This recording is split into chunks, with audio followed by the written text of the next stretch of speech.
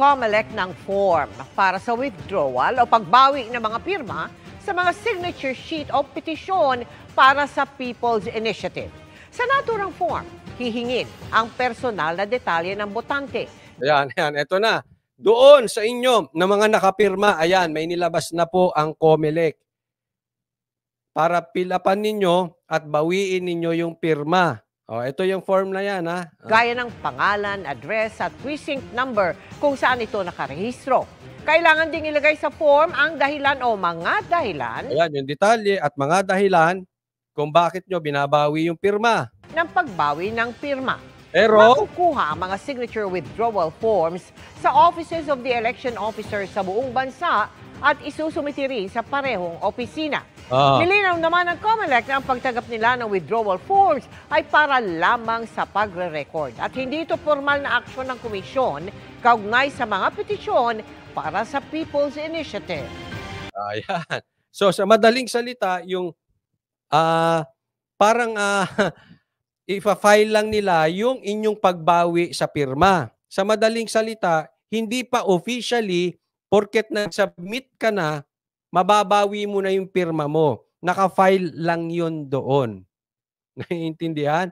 So sa madaling salita, tama yung sinasabi ng mga senador na ang dali nyong nagpapirma sa tao, mabilisan, eto kukuhanin mo ba kung sa COMELEC, pipil-upan mo, tapos yung pala, naka-file lang. Hindi naman binawi yung pirma officially. Naiintindihan? So, ando doon pa rin. May bawi ka lang, pero yung pirma, existing pa rin.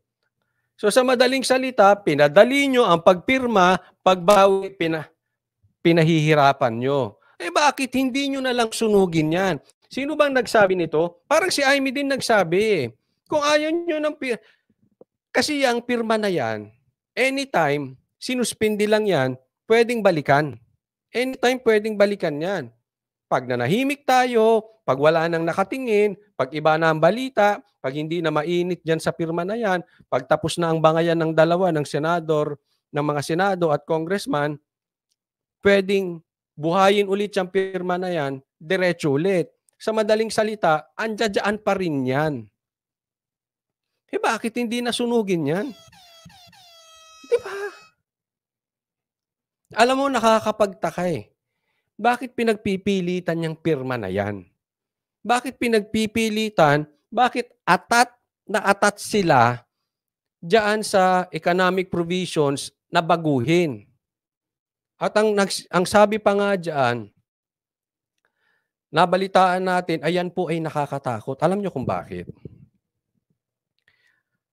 Ang gusto raw baguhin di umano dyan ay yung pag-aari ng negosyo na pwede na ang foreigner o hindi Pilipino maging may-ari ng negosyo sa Pilipinas 100%. Ang gagawin dyan, isipin nyo, kung karamihan ng negosyo sa Pilipinas ay pag-aari lang ng dayuhan, 100%. Yan po ang nababalita. Napanood ko rin sa news yan. Meron po tayong source dyan na lehitimo. Mainstream media po ang nagsabi. Nakakatakot yun. Kasi darating ang araw, baka ang mga negosyante ay mga dayuhan, ang mga trabahador Pilipino. Darating ang panahon, posible na tayong maapi. Pag hindi na natin hawak, di ba sa ibang bansa nga ganito? Kung hindi ako nagkakamali dyan sa Middle East, sa UAE, dapat dyan, ilang parte, ilang percentage ng negosyo ay pag-aari pa rin ng lokal. Kung hindi ako nagkakamali kasi galing po ako dyan eh. Meron pa nga silang tinatawag dyan na dami. Na pinasahod yung mga lokal kahit hindi pumapasok kasi yun ang kailangan sa papeles. In short, padaliin natin, to cut the long story short, lahat ng negosyong aangat doon ang makikinabang yung lokal.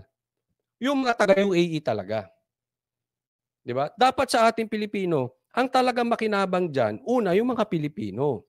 Bakit gagawing 100%? Di umano. Oo, baka mangilan-ngilan lang yan sa ngayon. Pero alam nyo, pag hindi natin to nabantayan, unti-unti binabenta na ang ating bayan. Nakakatakot dyan. Una, parang binibenta yung negosyo natin. Susunod dyan, papayagan na ang lupa. Inuunti ka eh. Parang yan yung kanta. Oh, Killing Me Softly with this song. Oh, di ba? Unti-unti. Hindi ka naman mahahalata kung ang isang tao lalasunin mo, di ba? Oh, meron kang gusto matigok. Pag tinigok mo yan, demanda ka. Wag. Lalalus. Iba-iba ganyang ginagawa, nilalason mo konti-konti. No. Nakakatakot yan. Ano ang isusunod? Nahahawakan ng mga dayuhan. Inuunti-unti na nga. Tingnan mo yung ICC. Pag yan ay natuloy, ang hahawak ng hustisya natin, dayuhan. Pag natuloy itong economic provision na babaguhin, ang hahawak ng negosyo natin, dayuhan. Hindi pa nangyayari. I admit. Pero ba't natin pinapayagan? Bakit natin papayagan? Kaya nga tayo nagbabantay. Kaya nga ayaw natin sa ICC. Kasi mauunti-unti tayo. Pag pinayagan mo ang ICC ngayon makapasok, makikialam at makikialam na yan lagi. Pag hinayaan mo 100% ang negosyo sa dayuhan, kawawa tayong mga Pilipino. Utusan tayo. Wala namang masama doon, pero sana Pilipino din yung aangat. May porsyento pa rin na Pilipino ang hahawak sa atin. Diba? Anong susunod dyan? Diba? Papayagan na may-ari ng 100% ng mga buildings, ng condominiums, susunod dyan mga townhouse, susunod dyan lupa na. Bago natin sila masita, who knows? Hindi imposible. Sila na ang may-ari ng karamihan ng lupa sa Pilipinas. Sa susunod niyan, tayo nang nagre-renta sa kanila. Tayo nang nakikiusap. Anong gagawin natin? Di aalis na tayo dito. Pagkaganyan talaga, sa Davao na lang tayo. Humiwalay na nga Mindanao. Di ba?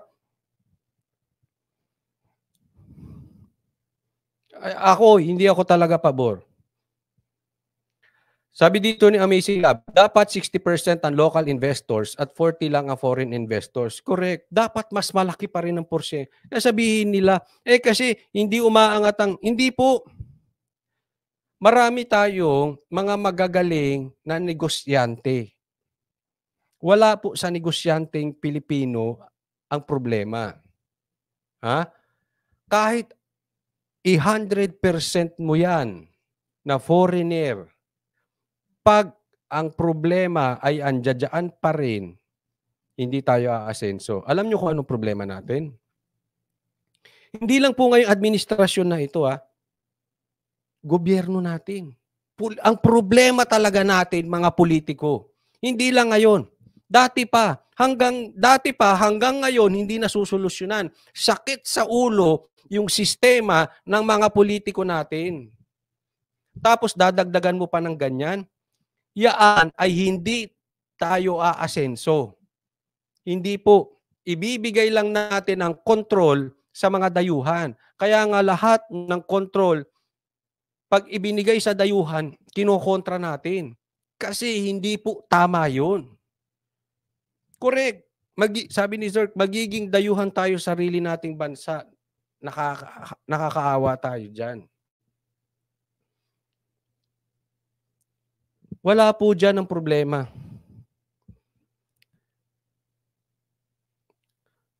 Number one problema natin, corruption. Focus tayo doon. Smuggling. Andiyan dyan ang problema natin. Ang laki ng problema natin sa smuggling at saka sa droga. Yan ang pong problema natin. Huwag natin takbuhan. No? Ngayon, hindi pa natin alam kung anong laman yan. Pero,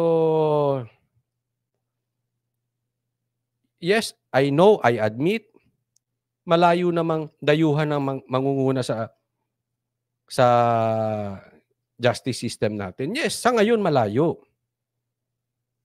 Pero unti-untiin ka nga. Yun ang punto natin na baka sabihin, malayo. Posible naman silang, hindi.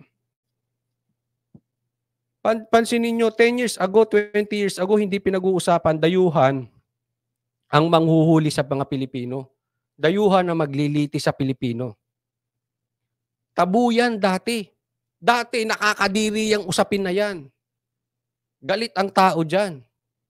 Ngayon, yung ibang politiko, pabor pa pumasok ang ICC. Yan yung sinasabi ko, uunti-untiin. Yes, hindi biglaan para hindi magalit ang taong bayan. But who knows, 10 years, 20 years from now, ang nakaupong judge, dayuhan na. Diba? Bakit? Pinabayaan natin ngayon. Kaya dapat nagbabantay tayo.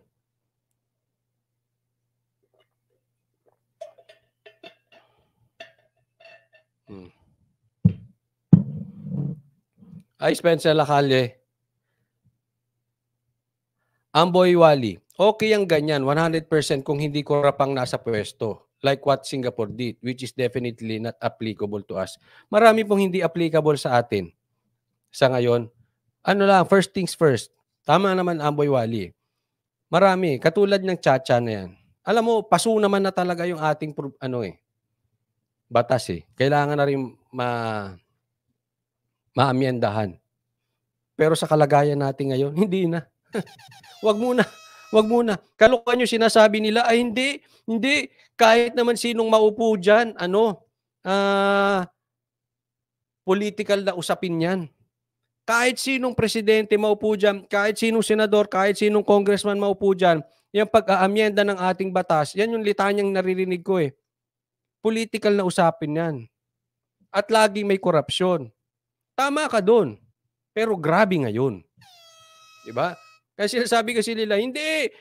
Dapat iwasin natin, hindi na natin, talagang ganyan na yung ating bansa, hindi naman nawala yung corruption.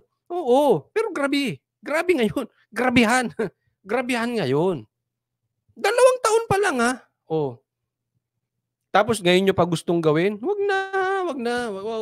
ayoko. Kahit anong sabihin nyo dyan na palusot, na talaga namang usaping political yan, natural na may magkakampihan dyan, yung korupsyon matagal na yan, yung inflation matagal na yan. I don't buy it. Wag ako. Hindi nyo maluloko. Iba ngayon. Yung analogy yung ganon, yung comparison yung ganon, hindi ko bibilhin yan. Iba ngayon. At alam natin lahat, iba sitwasyon natin kaysa dati. Iba sitwasyon natin ngayon.